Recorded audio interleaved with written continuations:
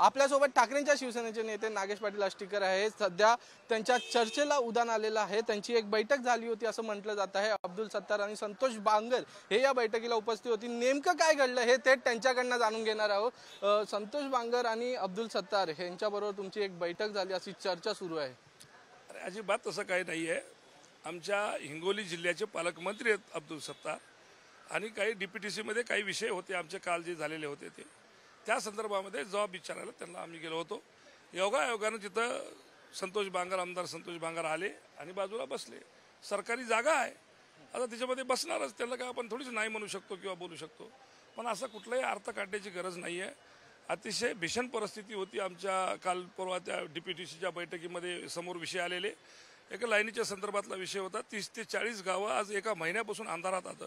त्या संदर्भामध्ये निधी उपलब्ध करून द्या DPTCमधून मी मागणी केलेली होती। त्या संदर्भात काय झालं किंवा काय नाही म्हणून जबाब विचारासाठी मी गेलेलो होतो। आणि कसं आहे की आता पालकमंत्री आता तर मला आता एकीकडे यवतमाळचे पालकमंत्री शिंदे गटाचे आहेत, इकडे हिंगोलीचे पालकमंत्री शिंदे गटाचे आहेत, नांदेडचे पालकमंत्री मला BJPचे आहेत, सगळे विरोधकच आहेत। मला तर जावं तर लागेल, मला माझं कामं तर करावं लागतील। ज्या जनतेनं मला निवडून दिलं त्याचं काम तर करावं लागेल। आणि विधान भवनामध्ये आलो तर काही चोरून लपून थोडीच आलो। मी माझ्या वरिष्ठांना माहिती देऊन आलोय की मी विधान भवनात जातोय, माझे कामं आहेत आणि असा कुठलाही संभ्रम कोणी तयार करण्याची गरज नाही। आम्ही एकनिष्ठ माणसं आहोत, खानदानी माणसं आहोत, असं काही होणार नाही, कधी होणार नाही। आणि याच्याबद्दल आमच्या मतदारसंघामध्ये किंवा माझे पक्षप्रमुख किंतु परंतु काढणारी माणसं नाही आहेत, असं होणं शक्य नाही आहे। या भेटीची चर्चा किंवा व्हिडिओ हे बाहेर सध्या जाणून बुजून केलेला विषय आहे। कोणीतरी बघा तुम्ही असा सरळ समोरचा फोटो वेगळा असतो आणि कोणीतरी कोपऱ्यातून काढलेला फोटो वेगळा असतो, कोणतरी घोडसाळपणाने केलेला विषय आहे।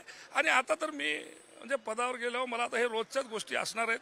हे लोक विरोधक आहेत सगळीकडे, त्यामुळे सहकारी देखील आहे त्याचबरोबर। जुने सहकारी असले तर काय झालं, आता आमचा जुने सहकारी सुद्धा आम्ही त्याला म्हणणार नाही, कारण ते आमचे सहकारी कधी होते, उद्धव बाळासाहेब ठाकरेकडे असताना आमचे सहकारी होते। आज आम्हाला सहकारी म्हणायचं त्यांना बिलकुल काही हे नाही आहे। म्हणजे जाणून बुजून केलेलं तुम्हाला वाटतं जे काही बरं आहे ना, आजकाल तुम्ही मीडिया फार प्रेम करायला आमच्यावर, कुठलंही झालं की नागेश पाटीलच पुढे करायचं, त्यामुळे धन्यवाद तुमचे, पण काही नाही आहे। नक्कीच धन्यवाद सर, आमच्याशी बातचीत केलं होतं। आपण पाहिलं आपल्यासोबत ठाकरेंच्या शिवसेनेचे खासदार नागेश पाटील आष्टीकर होते। त्यांनी देखील सांगितलं खोडकळपणा आहे असं काही नाही। माझ्या मतदारसंघात म्हणजे ते ज्या लोकसभा मतदारसंघातून जिंकून येतात त्या लोकसभा मतदारसंघात ठाकरेंच्या शिवसेनेचे हे पालकमंत्री आहेत, त्यामुळे त्यांच्या भेटीगाठी होतच असतात। त्यामुळे हे फक्त कामानिमित्त ही भेट होती, त्याच्या व्यतिरिक्त यामध्ये राजकीय चर्चा कोणत्या झालेल्या नाही असं स्पष्टीकरण आज त्यांनी इथे दिलेलं आहे। व्हिडिओ जर्नलिस्ट नितीनसह चेतन सावंत, पुढारी न्यूज, मुंबई।